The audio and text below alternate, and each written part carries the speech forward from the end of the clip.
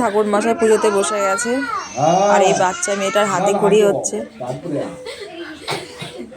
ঠিক আছে, আমাদের বাড়িতে নিয়ে এসছে, পাশের বাড়ি ওদের।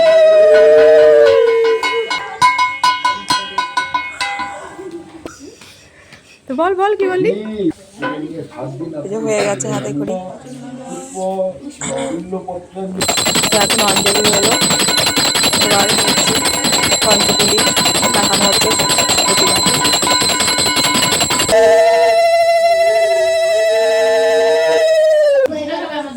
পুজো শেষ হয়ে গেল, এবার প্রণাম করে নিলাম সরস্বতী মাকে।